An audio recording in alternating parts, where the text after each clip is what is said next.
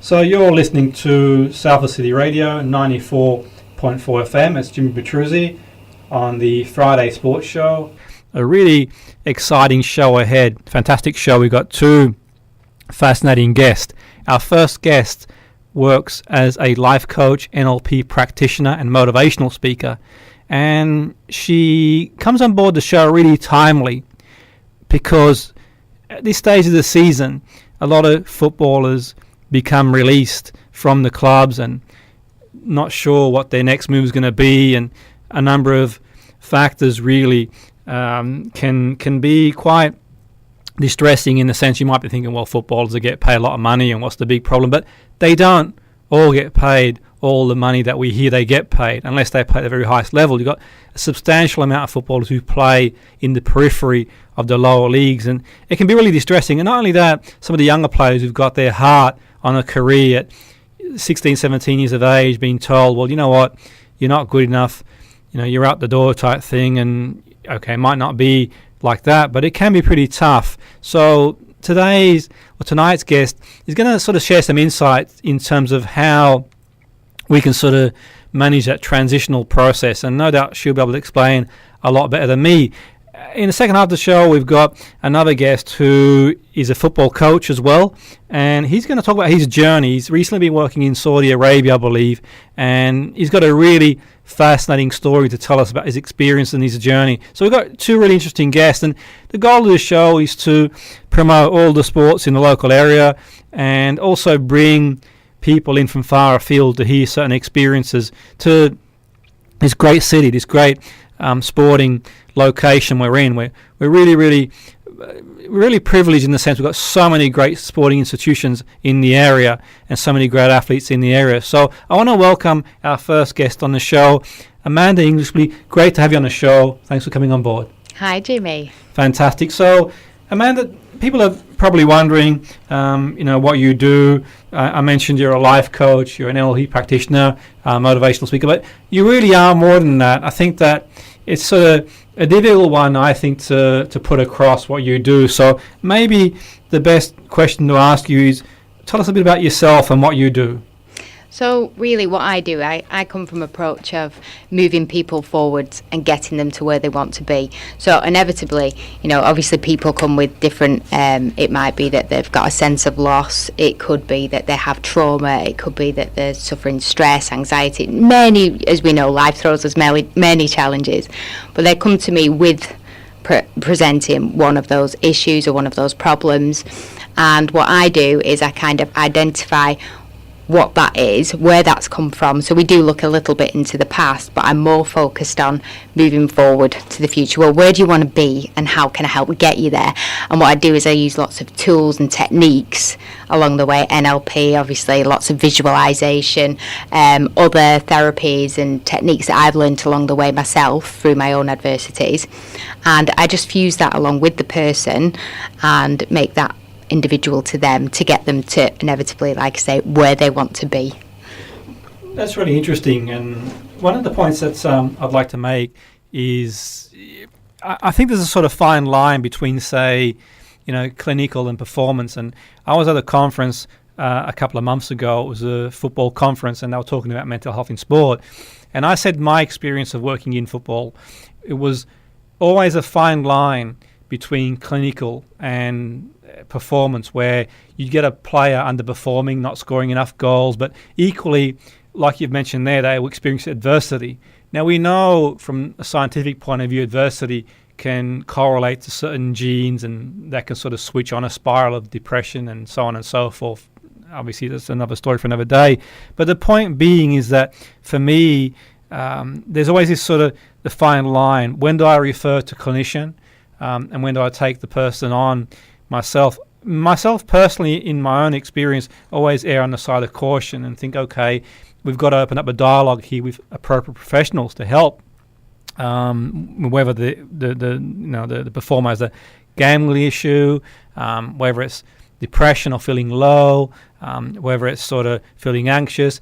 I think for me, the first port of call is saying, well, have you gone to see your GP for that, and so on and so forth. And do you think it's important that, from a coaching point of view, that coaches do that? Yes, I do, because there's certain things that obviously we can help with as a coach and from a coaching perspective, but there's also a lot of the mental health issues or very deep-seated trauma that actually may need to be referred to a GP or a specialist within that area. Yeah, precisely, and it's a great point. Really, it's seek professional help, and that's not to say that as a coach you can't work with that person. Obviously, you can. And I'd like to at least offer that person the coaching first to see if we can work with that. But I think you'd be doing a disservice if you continued and they were not progressing. So that's when I think a referral to a GP would precisely. Come in. Because I mean that's the thing really. I think we live in a digital age. A lot of information out there, and you've only got to log on to social media, and everyone seems to have an opinion on everything. Really, not all the answers to all the world's problems, so to speak. And there's no simple solutions for complex problems. I mean, mental health has had a lot more media attention in the last few months anyway. Yes, thank goodness. Which is great. But the statistics say that we're still only scratching the surface. Yeah. There still is, I would say, not a great deal of investment compared to other conditions. That's not saying that one condition should prioritise than the other, but mental health has a lot of comorbidity. So mental health also correlates to many other issues that people have too, alcohol and depression and obviously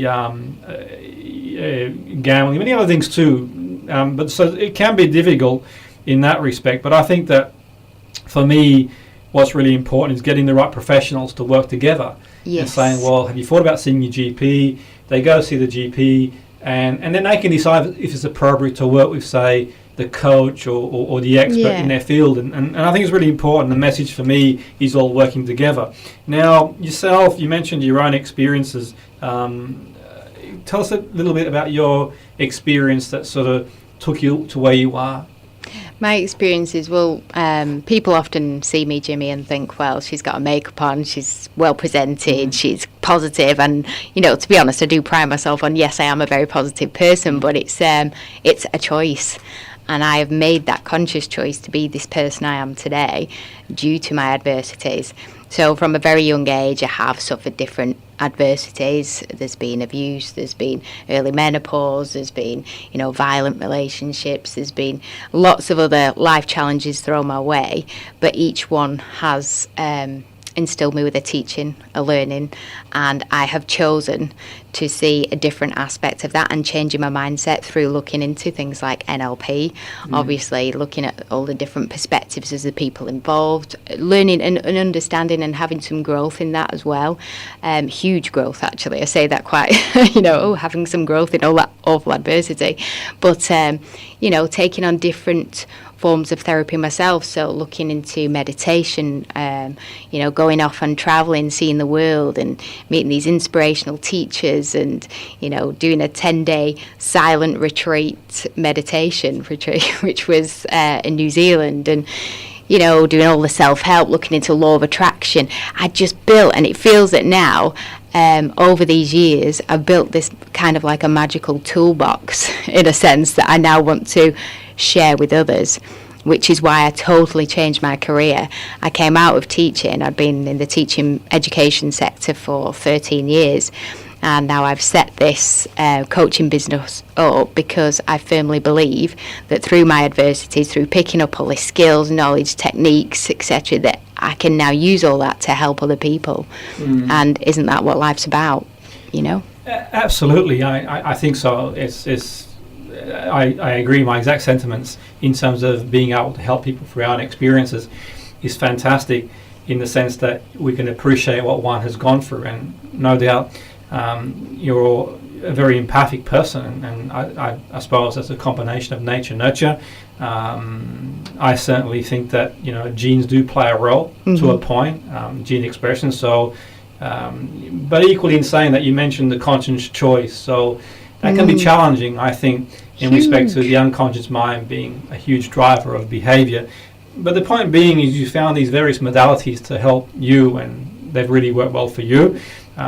Some may work for other people, some may not. I think, there's a case for not all of us, well, none of us, for everybody. We kind of find our our niche and widen our radar. But what's really fascinating about you is the career change. Now, I mentioned about footballers at the moment, and today's show, I think, is a special show in terms of it's a very difficult period for footballers. And for our listeners listening, they're probably wondering, saying, well, I lost my job, I've had a career change, and I dealt with it. And no doubt you did, and, that's commendable. But the point being is in football, there's sort of various scenarios. Now, you mentioned career change, and identity is huge. Now, let's think of a few scenarios. You've got the player who is in their 30s, who's coming towards the end of the career, and they've been told, you know what, you're surplus to requirements now. You're not needed at the club no more. And they're waiting for one more contract. They've got the mortgage to pay, kids in school, they're settled. That can be pretty tough. You've got the player who's injured, who is going to retire from the sport. You've got the 18-year-old player who has his heart on being a professional, and he's told, well, actually, you're not going to cut it and can't find the way. So you can see various scenarios in terms of making that transition. What are some of your thoughts, Amanda, on that? I just think straight away, it's that sense of identity. That has been their life, their training. They've put their all into this career since day dot, I'm sure. So that has been their identity. That's who they're known as. And in a sense, that's also their comfort. Well, this is who I am, and it's my self-worth, and this is how I gain my self-worth through this role. And you can understand that, having been in that mindset for so long and having that belief, for that to suddenly end is soul destroying. It's well, now what? And you're left in that sense of loss, really.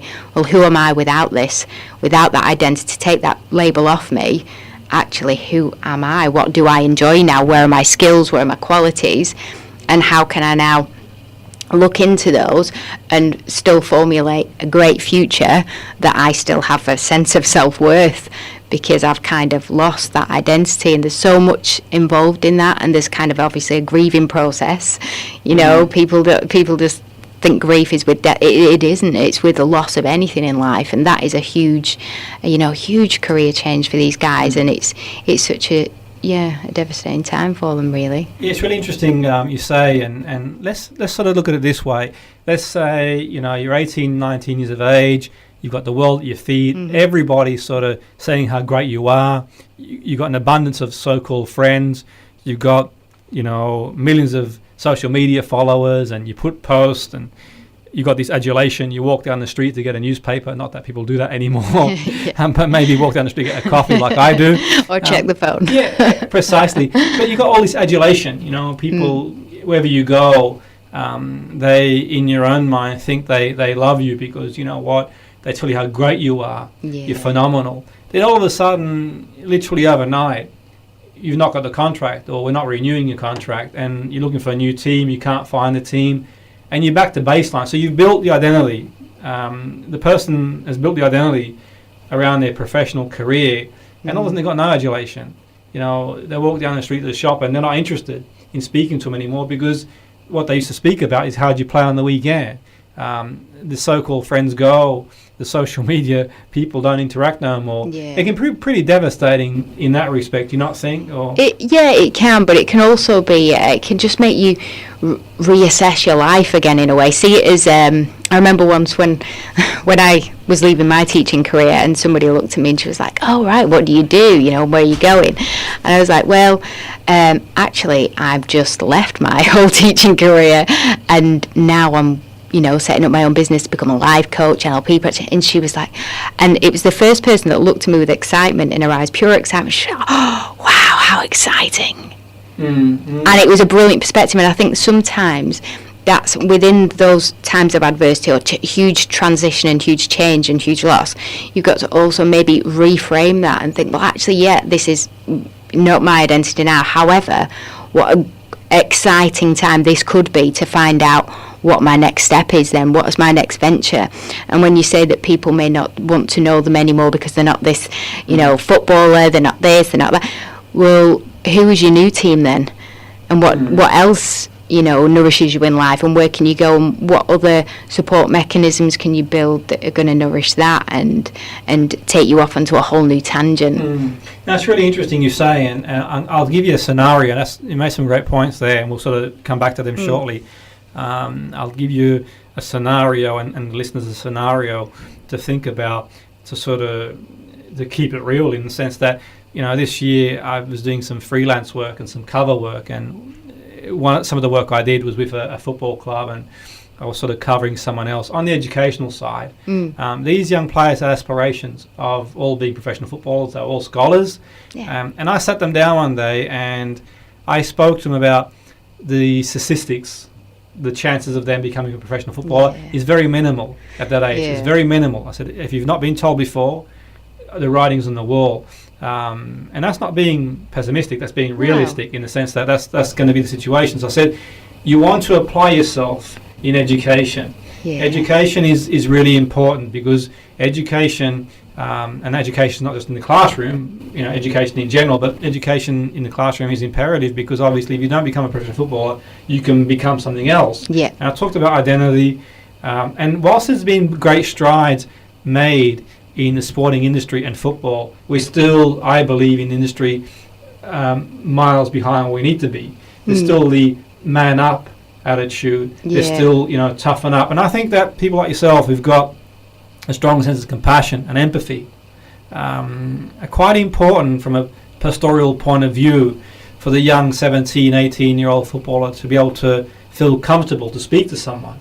Because obviously they're not going to speak to I say obviously, but there's a very good chance they won't speak to the head coach because they don't want to show any signs of weakness. And they might not speak to anyone else in the club because they think, well, the first thing he will do or she will do is tell the powers that be. So I think there is a place for people like yourself in the game, if you're not already doing it, and no doubt your talent, if that's an area that you want to go into at some point, will manifest itself. But I'm not saying words of advice because that's too strong, but let's say, for example, you've got an 18-year-old lad who's just been released, who doesn't know if he's coming or going, and he's facing that sort of crisis, thinking, well, what do I do now? In his own mind, he thought he was going to be playing to thousands of people, being cheered on, and going out on the weekend after a game, and everyone coming up to him and autographs, and now all of a sudden he's sort of contemplating.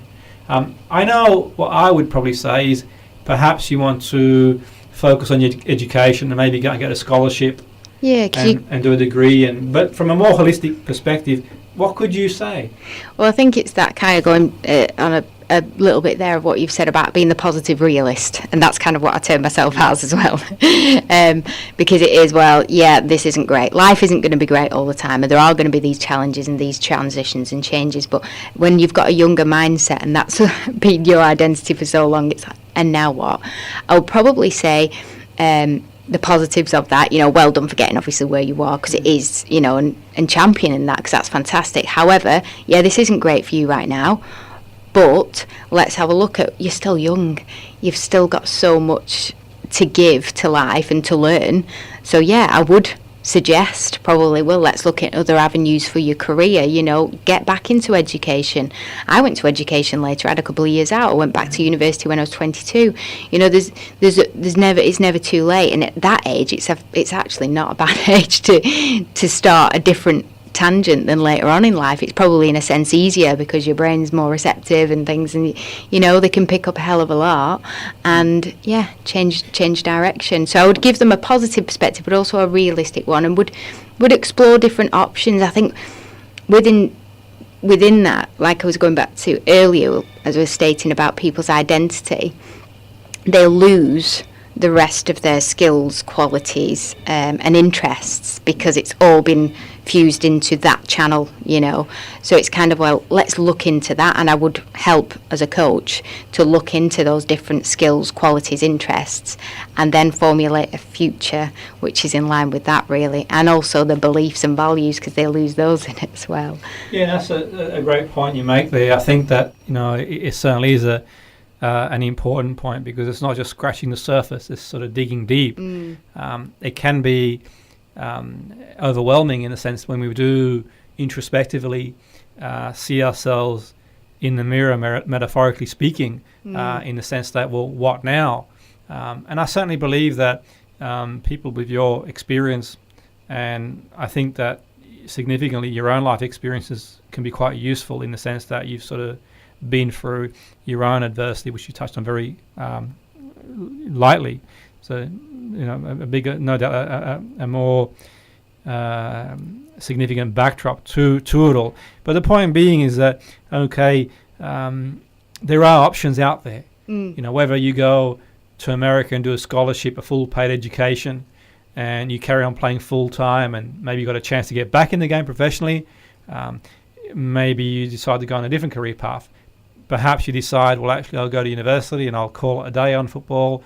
Or perhaps you decide, well, I'll play part-time and look for an apprenticeship in the area. So there are options out there. But it's about having that somebody, isn't it, to talk through the options Precisely. with. Because like you say, they don't feel, there might not be at that age an adult around them that they feel that they can actually communicate that with, because they're in fear as well. Yes, they're in fear absolutely. of, oh God, what if I say this and then they don't give me that next chance, or that next thing doesn't come up because I've said that, and they'll pick somebody else who doesn't think like, so there's a lot of that going on. And no doubt the adolescent brain, the brain maturation of the adolescent isn't fully developed until 23, 24 years of age. So they feel what we feel, yet the cortical part of the brain, the frontal cortex, isn't processing it like you can when you're fully matured. So there may be a responsibility, at least in my opinion, for football clubs, or at least the association, if they're not already doing it. If they are doing it, do come on board the show and speak to me about it in more detail. But from what I can see, the conversations I've had, and I've been in the game for a long time too, there isn't the support, I believe, necessary to make that transition. I don't think it's enough. From the stories I hear, you're being told one day you're the best thing, but then all of a sudden, you're being released, and they do provide some support. There is support out there, but obviously that's not easy always to access, and there's not a direct pathway for that. Maybe some clubs are changing, but the point being, some of the things you're saying are imperative, because I think there's an obligation in society, or at least in the sporting environment, to provide these young talented athletes the opportunity to sort of realise their potential in other areas and explore that with somebody, because sometimes, like you said, there is support available, which is great, and that's maybe a different form of therapy that they talk over things with, and but it might need that they need something different than that. They might just need a coach that sits with them to work it all out and explore these different options, and give them the faith and hope in the future, and give them that vision that they need, which is obviously a whole different skill set. Yeah, and sometimes you need that sort of shoulder to cry on as well, whether that's the therapist, or whether they have a coach that they trust and have a good cry and and don't man up. Precisely. just be. Precisely. And do you think there's a in society there's been a lot of, I don't say a lot of media, but there has been some discussion around men and being comfortable opening up, and do you find as a coach that there is that man up attitude that still exists? I'd say there's still more females that have been for the coaching one-to-one and at the workshops. I find though that it is building within the one-to-ones more, because people are more, I think because of this stigma, men are more reluctant to come to the workshops because they're seen to be going to a workshop that's about building positivity, that's about motivational stuff moving forward, and they think, well, I should be motivated, I should be positive anyway, I should have it all, I don't need to build resilience. So they kind of avoid those, but actually I have got a small increase in the past year or so with regards to males, but generally it is more female to male, which is a shame really, because they're still being unvoiced and unheard, and as we know, to move forward you need to release. And what's your opinion on that, Amanda? Why are men generally less reluctant to open up and to seek help and open up a dialogue? It's that pressure of society and that conforming to the view of society that we live in, or that we have lived in. You know, it is, as we say, there's a lot more awareness about this now, and actually a really good documentary recently, wasn't there, by the royal family. They were involved in it, and some of the sports guys, that was, I think it was only last week, wasn't it? But that was meant to be fantastic. Still need to watch that. I've only got halfway through. But yeah. Going back to what we were saying then. And you know, there's not really there. We talk about, you know, you made a really good point there. And I think that it's great that people in the media spotlight, celebrities and the royal family, people like that coming out and talking about it. I think it breaks the stigma down. It does break the stigma down. Yeah. The only thing I would say, it was actually in a lecture, a discussion one time. I had this discussion a while ago. It was on a lecture I attended, and I am for it. We talked about, is it a positive thing? I said, I am certainly for it. I think it's great that some of these people, famous people, are talking about their challenges in mental health. It can break the stigma down to a point. The only thing I would say is that, in my opinion, they're in a different position than the general person walking the street. If you've got £20 million in the bank, doesn't correlate to feeling good. I'm not saying it correlates to that, but I'm more comfortable talking about it. Yeah. Because I know I'm not going to go in tomorrow and the boss is going to think, what's your issue? Yeah, and like you said, you're not on your last paycheck or the next. Yeah. But I know in my experience there's people who are afraid to open up because they're afraid of what people are going to think. They know they're going to go into work the next day and there's still a stigma. Are they going to think that? Precisely. And the worry is that, do I hide the anxiety? Do I hide the depression? Do I mask it because people are going to think something different of me? Could I lose my job? And I think for me, we still haven't reached the point people can say, you know what, I'm not okay. Yeah, I'm struggling. Precisely. And I think that, you know, it's great that you've got these people who are in the public eye who talk about it. It's going to help, I think, in the long term. But in the immediate term at the moment, I don't think the general person walking on the street feels comfortable saying how they feel. One, because they're in fear of how they're going to be perceived. Two, obviously, you know, they're trying to make a living and, like we're all doing, survive. So we've come a long way, but a long way to go. Yeah, and it goes back to the, you know, NLP, the ingrained belief system that they have, and that belief system has been formed, as we know, from the external world. So as they've been growing up, you know, it's always been like, there's a football. If you fall over and graze your knees, don't cry about it. Jump up, come on, get on. If something goes bad at school, just come on, let's focus on something else. And it's distracting. And these very limiting beliefs have been formed within these adults that we see today that are, okay, I'm a man, I don't voice my struggles, you know, I keep them in, I stay strong, I support everybody, and of course to project that, then I would never ever open up to somebody. Which comes back to identity again. And there are a number of crisis hotlines now available, and they are improving all the time. You know, the likes of Samaritans people can call.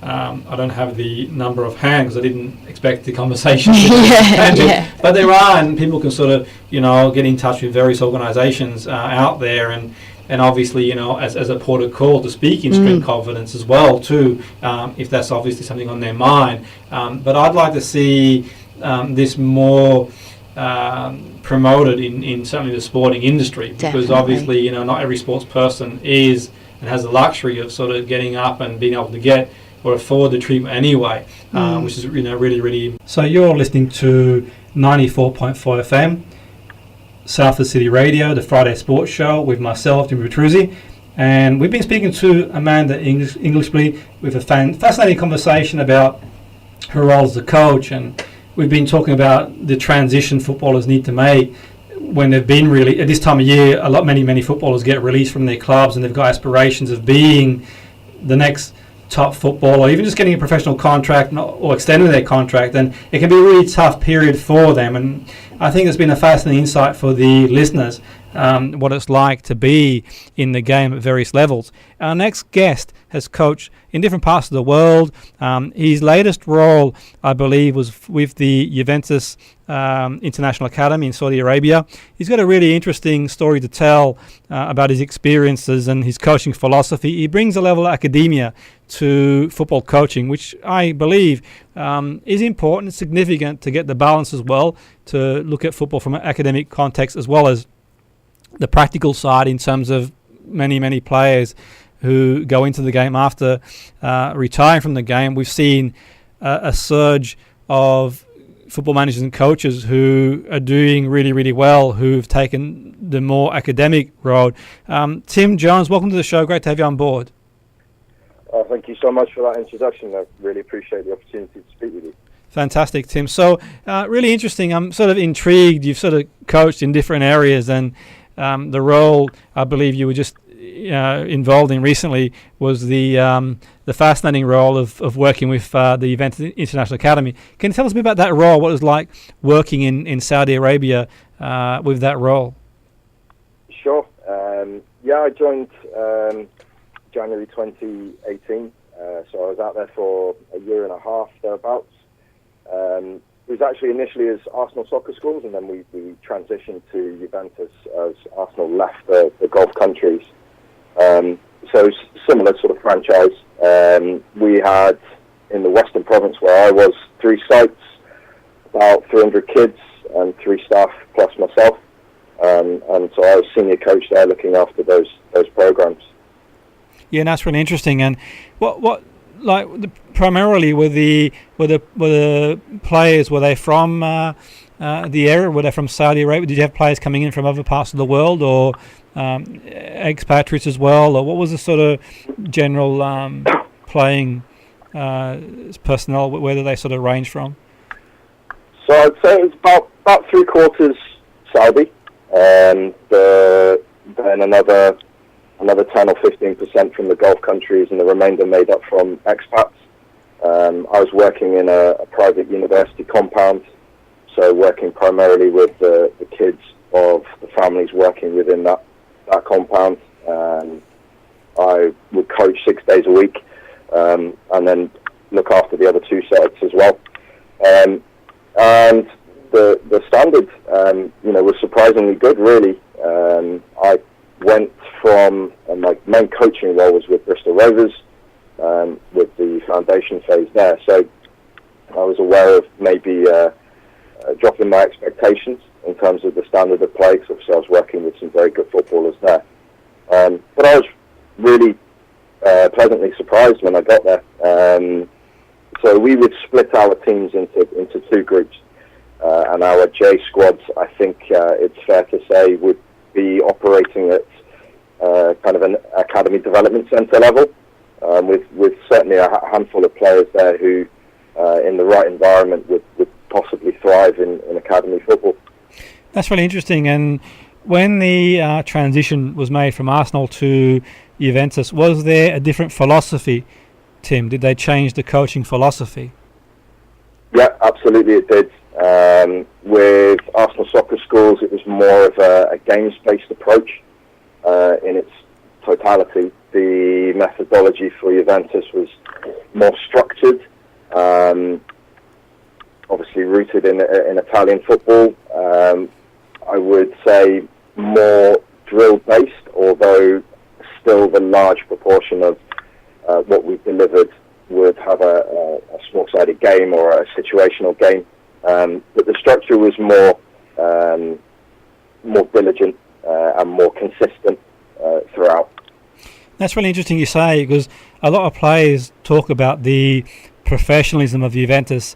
Many players have mentioned in the media and so on and so forth. And many years ago, Tim, this is going back a long time ago, I had the pleasure to watch training, and this was at a point where Juventus were just moving stadium. Actually, I was moving to, I think it was to the Delle Alpi. It was, back in the day, and it was quite fascinating because I spent some time watching them train whilst I was in Italy at that point.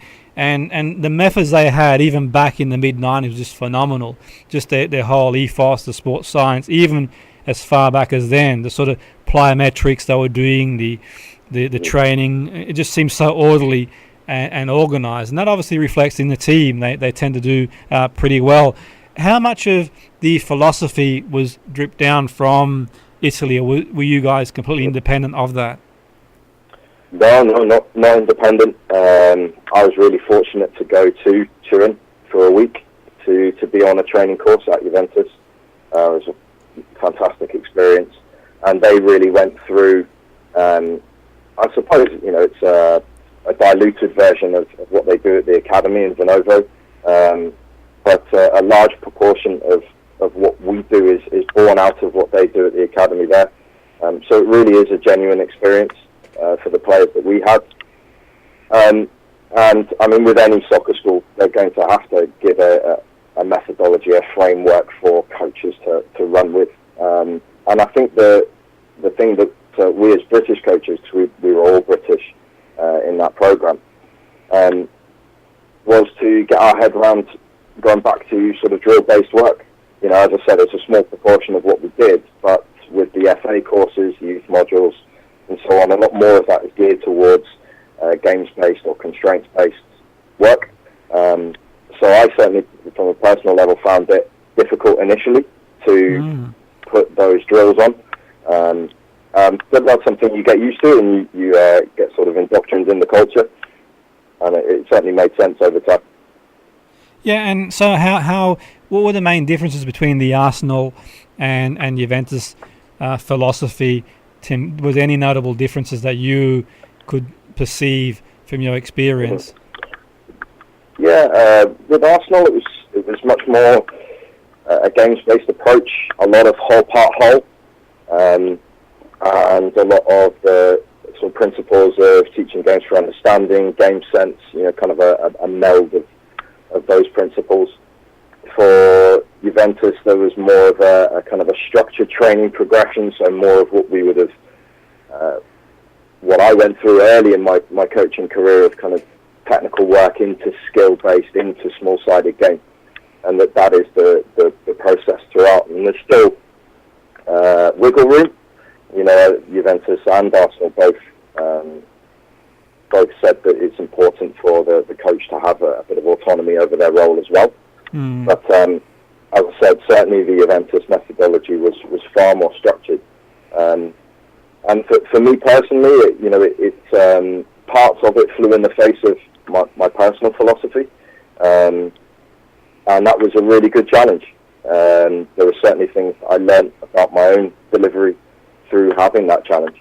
So what would you say your philosophy was at that point, Tim, comparatively to what they were suggesting? What were the differences, just out of curiosity?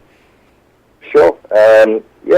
Mine are more bound by sort of non-linear pedagogy principles. That's something that was developed through my work with Bristol Rovers, and also with my bachelor's degree and master's. So I'm still wrestling with it for sure, but I preferred a more games-based approach, a more facilitatory approach. So there were elements of the Juventus methodology that fitted really nicely with what I would naturally want to do. But there were parts that weren't. They were more coach-led, more coach-directed, certainly in the early stages as players got used to a different way of training. That's really interesting stuff. And so you went out there for a week, and how would you describe your experience in Turin at the training? What were some of the things that you sort of learned, or some takeaway things that you can sort of share with the listeners? Because I think it's really fascinating to have had the opportunity to do that. Yeah, I'm so grateful for that as an opportunity. I mean, we were really made to feel very, very welcome. I think Juventus, as you'll know, they consider themselves a family. And anyone that's involved, whether it's fans, players, coaches, whoever, they are part of a family. And I was definitely made to feel that. Leaving at the end of the week, I felt a much bigger part of that organisation.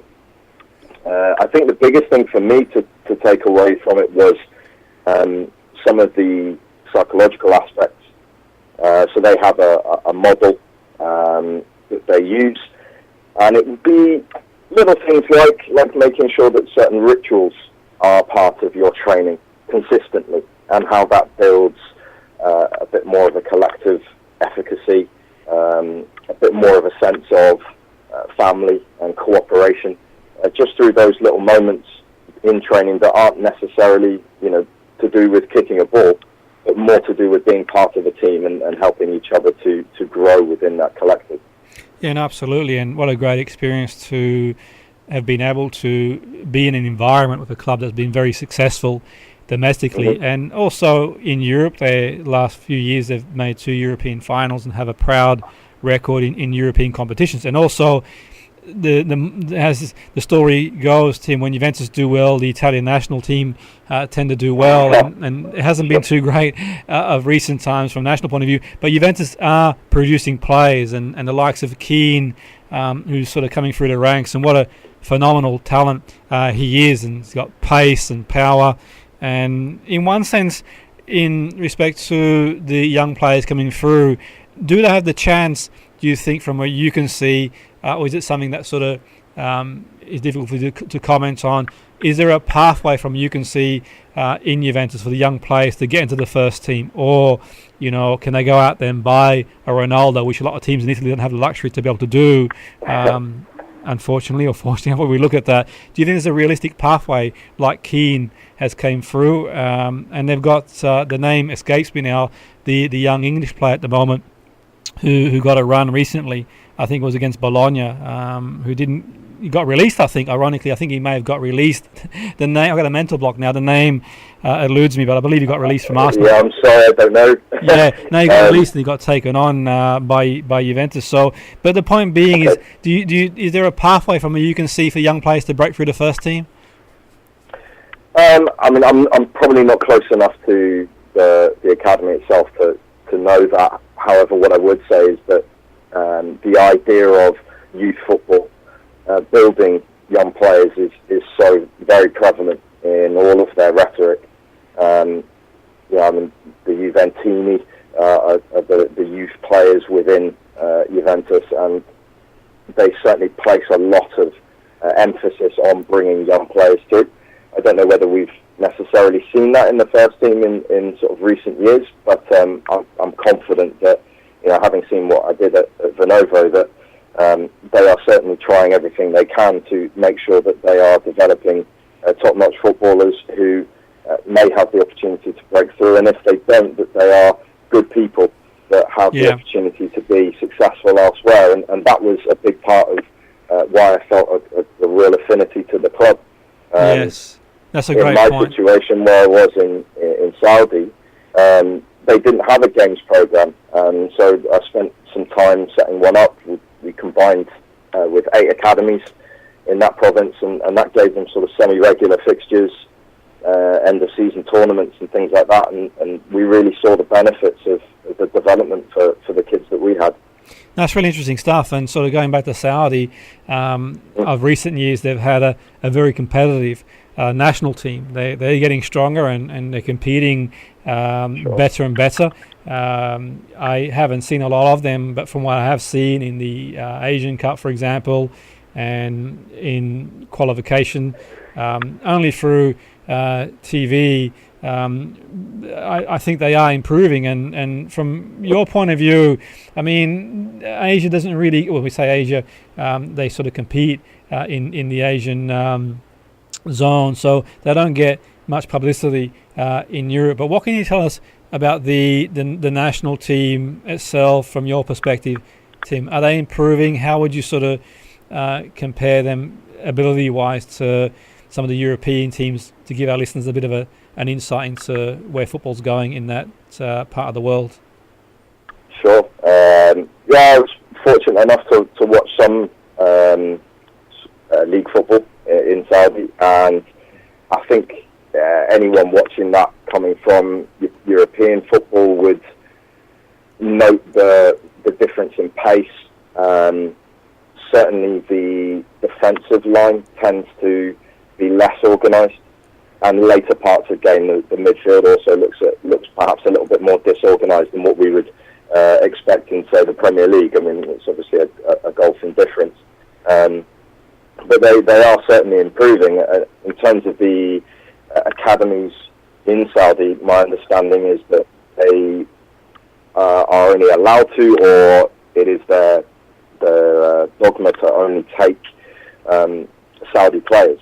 So if they have even dual nationality, then they are not part of the professional academies. That's obviously a benefit to programs like the one I've just been in, because then those players that do have dual nationality or are expats and are very good tend to come to our kind of programs. But I did get a sense that Saudi academies were missing out on a group of players that would be good for them. That's a really interesting point you make there, and it's fascinating in one sense. In one sense you can see the benefit. On the other side of things, it obviously can be a barrier. What about speaking of potential barriers, and what about the weather, in the sense that the heat, does that influence the game? Obviously Europe has got a different climate, Northern Europe a different climate as well to Southern Europe to a point, but equally in saying that, when I think Juventus philosophy, Tim, I think, Northern Italy, a whole different climate than obviously Saudi Arabia. Northern Italy gets very, very cold winters, and obviously the weather is a world away from Saudi. So implementing a strategy across. Do you think that's sort of, I wouldn't say a barrier, but is that something to take into consideration when you your job, in terms of your job's quite extensive in what you do, but does that sort of cross your mind in terms of developing a training program for players, the actual weather itself and the climate? Yeah, absolutely. I think particularly in work to rest ratios, when I was in Turin, there were lots of different coaches from different academies across the world, and there was a moment where someone asked about water breaks, which wasn't a particularly useful question, but at the time there was something interesting that came out of it, which was that the coaches from Russia mentioned that if they let their players stop for a water break, they won't see them next week because they'll be ill from the cold water. So it was really interesting to see how their environment, would make a difference to how they play. So, in Saudi, it's definitely something you acclimatise to. I'm back in the UK now, and I'm still cold. Haven't been back even for a couple of weeks. But it's certainly something you take into consideration. So, in terms of how long you do certain work for, and then allow them to have a break, is important, but also to consider how that breaks up your session. So if you are letting them go for drinks breaks, say, every 5-10 minutes, depending on the intensity of what you're working on, that obviously takes time to go away, come back. You might lose their focus. So it's definitely something that has to be considered quite carefully. Absolutely, and there's also the other side to it too. I mean, we know that dehydration impacts performance considerably, but also the risk factor too. And when we're pushing like 40 degrees Celsius or there and thereabouts, it's pretty tough going, even just to sort of walk down the street in one respect. And obviously, the climate, being outdoors in that environment can be quite tough. And the actual training itself, did you sort of structure it in a way to get perhaps the coolest time of day, or did you sort of just map it out and think we're going to go out this time and that's that, or did you sort of have one eye on it might get a bit cooler towards the evening or early morning? No, sure. I mean, sort of dictated a little bit by schooling, so we'd be working with players after school. So we'd start at 4 o'clock, and at 4 it can still be very, very hot. And we typically have the younger age groups, so it's not ideal in terms of temperature, but of course you're balancing having younger players earlier in the day, because they would obviously go to sleep earlier and so on, against then having them later in the day when it would be cooler. So typically speaking, we'd have early age groups up to sort of our 14s and 16s, then playing around 6:45, 7 p.m. So yeah, definitely cooler at that time, but just before Ramadan, which is when we stopped, the difference is pretty marginal at times. Although this last season we were really fortunate. It was really cool by comparison to last year. Oh, okay, of course, definitely, and that's really interesting stuff. And in terms of the facilities in the UK at the moment at professional clubs and out of this world, there's so many great facilities at the top level anyway. Certainly Juventus has got great facilities too. How would you describe the facilities you had in Saudi Arabia compared to let's go off the benchmark. You spent some time, a week or so in Turin. How would you compare the facilities out in Turin compared to Saudi Arabia that you guys had access to, or just generally speaking, facilities? Sure. The three sites, very, very different. The private university grounds, we were extremely fortunate that there were, a number of really good high-end facilities. We would largely train on grass, which was a little hard underfoot, but not too bad. But there were 3Gs available to us. The program we had in Jeddah, that was also 3G and was actually a new field that they put down over the Christmas break. So quite fortunate. What I did notice about some of the facilities around is that they can quite often be quite poorly planned. So field shapes and sizes are not what you'd expect. I know a group, another academy in Jeddah, speaking to their head coach, he bemoaned the fact that he'd only be able to get sort of 3v3 at any time, if that, because of the size of the fields, and they had sort of 2 or 3 fields. So for his older groups, very, very difficult to work on anything tactically beyond sort of 2v2, 3v3.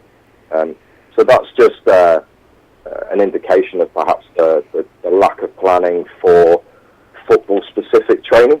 But then you go the other end, where Etihad train, Al Ahly, they have incredible facilities that would be on par with anything else around the world. Yeah, it's an interesting insight for our listeners to get an understanding of the game and the facilities out there, the challenges, the barriers. Ranging from obviously, the weather, right through to other things you've sort of mentioned too. It's quite fascinating. And yourself, Tim, what's the sort of next step for you? You've got abundance of experience. You've sort of managed to travel and you've got out there. You've got this sort of blend of academic background and practical experience. And where in your own mind, where do you sort of, have you got anything specific in terms of where you're going to go towards, or is that sort of something still in the pipeline? Obviously, you mentioned the role with the Juventus Academy in Saudi has sort of come to an end. Sure. Where do you see yourself going from here?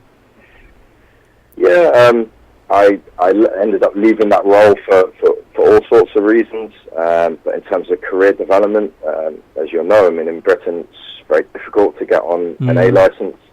So that was definitely part of the consideration. Obviously, I had my master's to finish as well, so it was important for me to be back here in the UK, even for a short period. I'm fortunate to have a couple of opportunities on the table at the moment that I'm considering. A big part of it for me is career progression, and certainly a part of that is coaching licenses. So whether I end up going back to America, where I've coached before, or somewhere else in the world, that has to be a big part of my thinking, so that I can continue to push my career forward and learn as much as I can.